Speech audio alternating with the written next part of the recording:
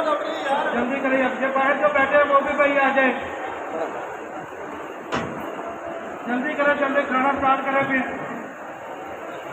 महजब कौम तो आप है ही बहुत अच्छी महजब कौम है, खाना भी महजब कौमों की तरह खाएंगे मिलजुल कर। तो मेरी एक रिक्वेस्ट है कि यार पिछली दफ़ा कुछ लोग खाना पैक कर रहे थे, मेहरबानी करें इससे अवॉइड करें। कितना जोर लगाऊं भाई, आजा भाई, कमरों में जो लोग हैं जल्दी जल्दी आ जाए।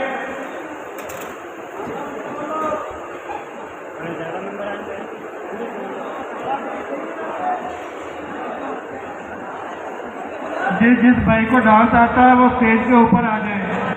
इसके बाद डांस प्रोग्राम भी होगा।